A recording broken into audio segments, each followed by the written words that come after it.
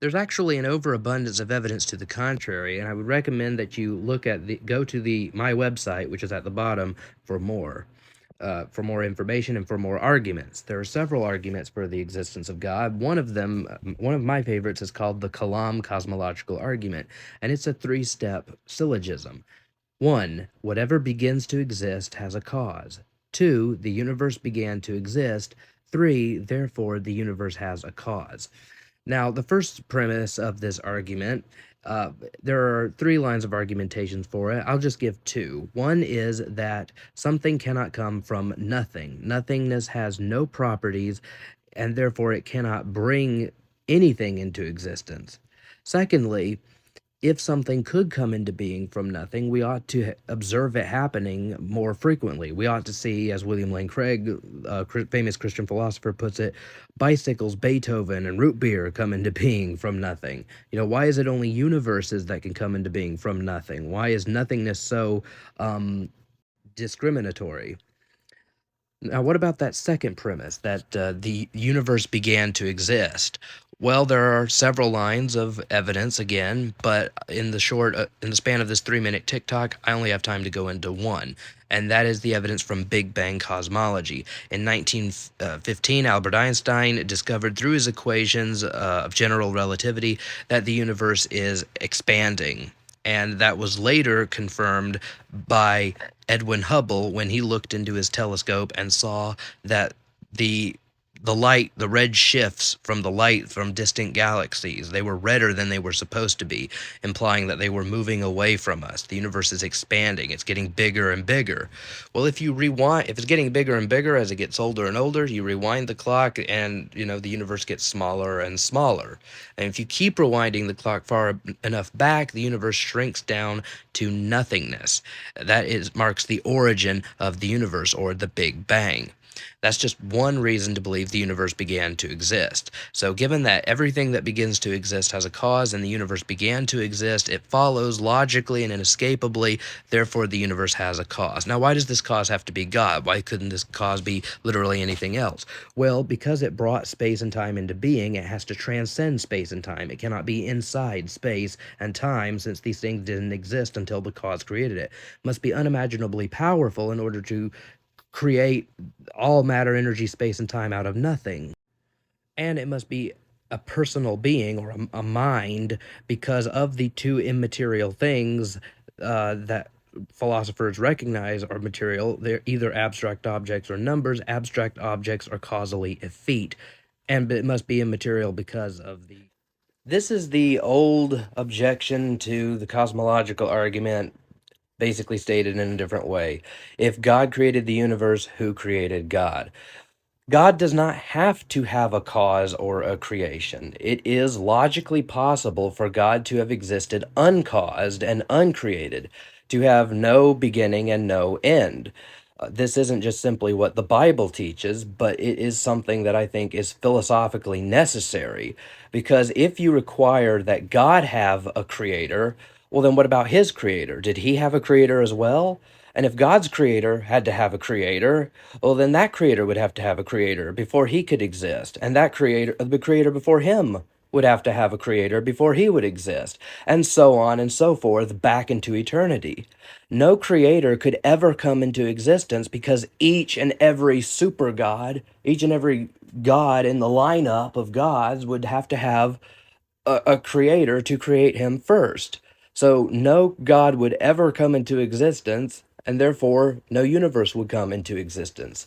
It actually makes more sense from a logical perspective. Never mind a theological perspective, never mind what scripture might say, to believe that God is uncaused and uncreated. Moreover, atheists, before the Big Bang cosmology was discovered, typically believed that the universe was eternal and uncreated. And if you would have asked those scientists in those pre-Einsteinian days, um, who who created the universe, they would have just said nothing. No one. Nothing created the universe. It's just always been here. But given the scientific evidence from Big Bang cosmology, never and second law of thermodynamics, which I didn't talk about in my 3-minute TikTok video, not to mention a couple of philosophical arguments concerning the nature of actual infinites, the alternative that the universe is necessary is no longer tenable.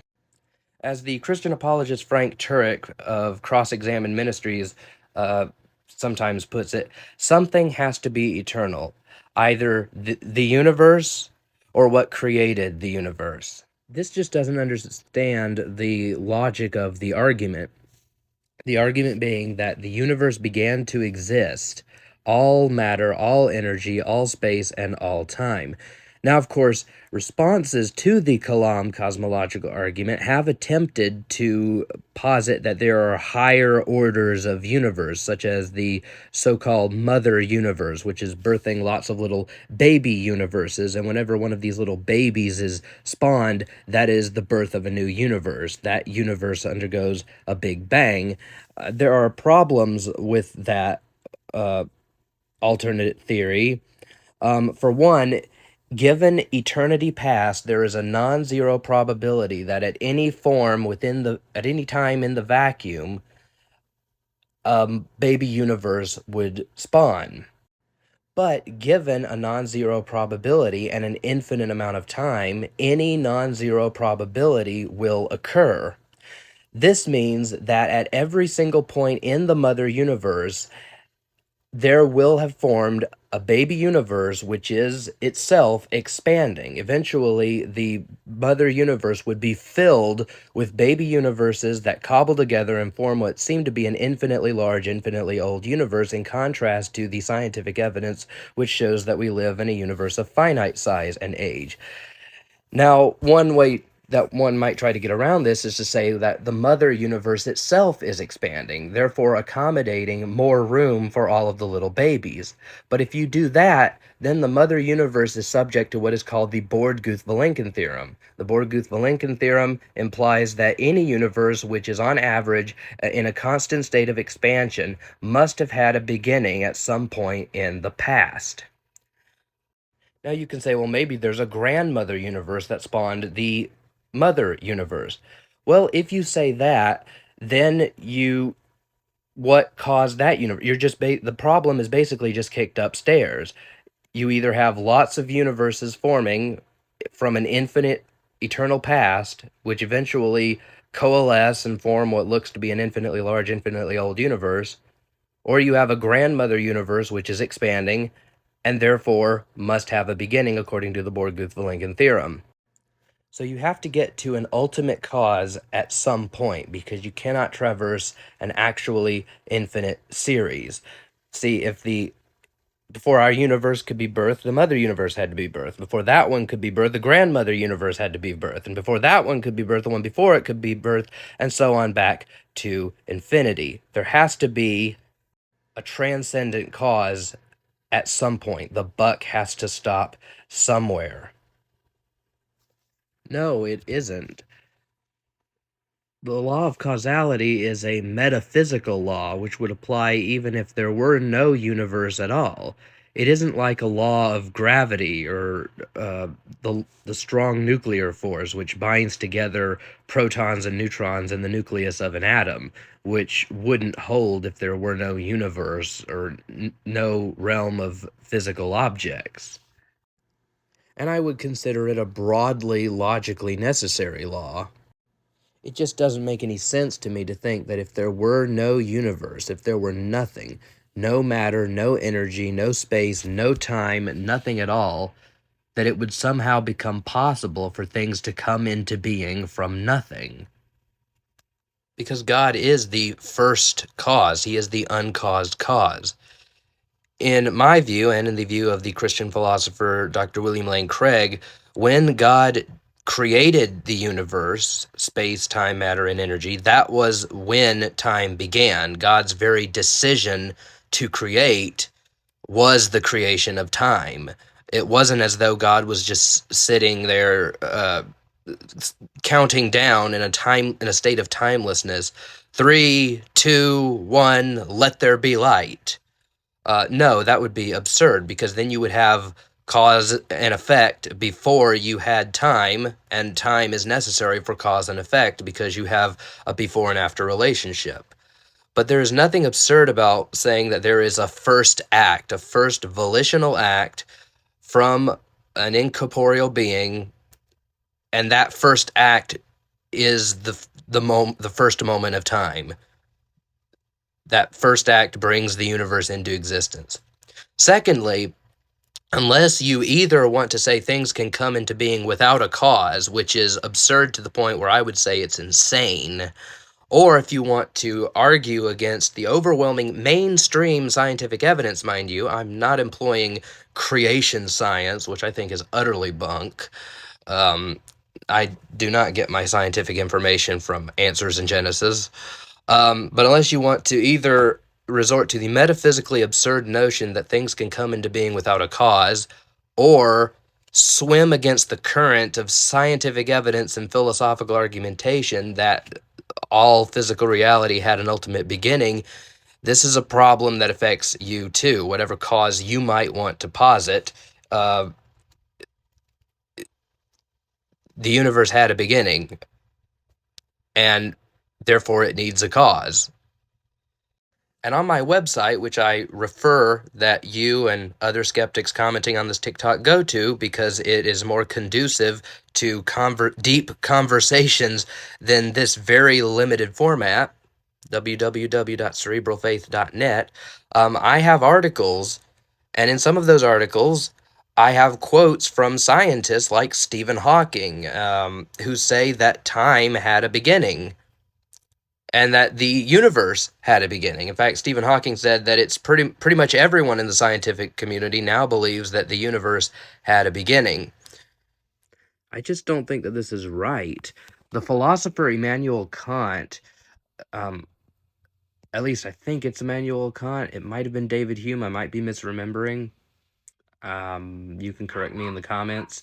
But Kant, or someone, had this thought experiment in which there was a, a large object sitting on a cushion in a state of timelessness. There is no time passing, but there is this physical object on top of a cushion. The object could be anything that you like. It could be a bowling ball. It could be a person. But in this state of timelessness, the ball is the cause of the indent in the cushion, even though there is no time involved. There's no passing of seconds or minutes, but in this thought experiment, there is a ball on a cushion, and the ball is the cause of the dent in the cushion. So to say that you have to have time in order to have causation, I think this Kantian thought experiment refutes that. Actually, most religions have created gods, gods who are birthed by other gods, a mother and a father, like Zeus and Athena. Most religions do not have an uncreated god, except for possibly maybe some pantheistic religions in which the universe is a deity in its own right. But then this argument shows that the universe began to exist and was created by a superior being. So why not worship the creator instead of the creation? Moreover, the Kalam cosmological argument is not meant to be a slam dunk argument for the entirety of the Christian worldview. It is part of a cumulative case for the Christian worldview, and it establishes, if both premises are sound, as I have argued in the past series of TikToks, that an uncaused, spaceless, timeless, immaterial, powerful, uncreated personal being brought the universe into existence. Now, whether this is the Abrahamic God who is triune and sent his son to die on the cross, that would have to be established by looking at other arguments and evidences. But I do think the Kalam cosmological argument does rule out the vast majority of possible religions out there. As I point out in my book, The Case for the One True God, a scientific, philosophical, and historical case for the God of Christianity, there's really only four possible candidates, only four worldviews that have a being like the one the Kalam establishes that brings the entirety of physical reality into being. And those would be Judaism, Christianity, Islam, and deism. Even though that last one isn't technically a religion, it is a view about God.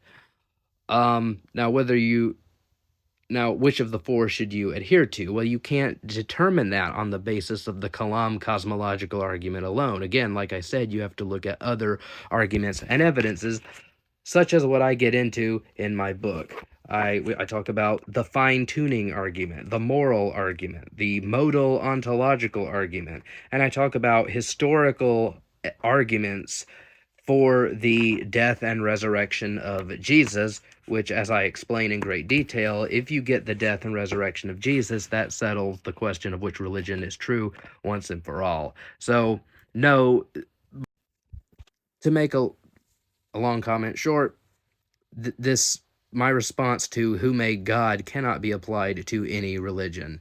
You need to do some more study.